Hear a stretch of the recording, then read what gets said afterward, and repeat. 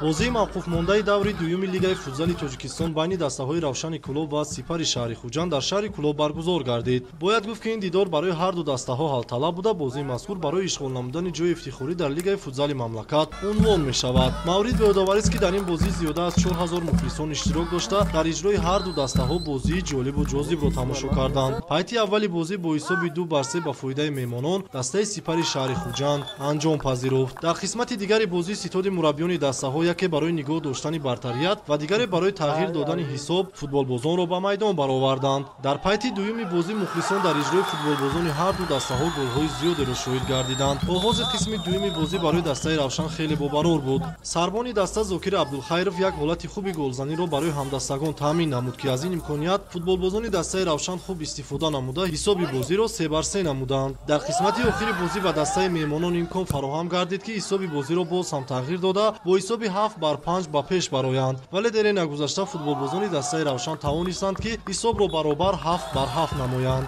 Мусовии дастаҳо ҳанӯз ҳам барои ишғоли ҷои аввал чандон мушкилотеро пеш наовардааст ва ҳар ду даста имкон доранд ки ҳамоно барои ишғоли ҷои аввал дар лигаи футзали мамлакат сабқат намоянд. Бозии навбатии дастаи футзали Равшан охири ҳамин ҳафта дар сафар бо дастаи футзали Регар Татази шаҳри Турсунзода баргузор мегардад.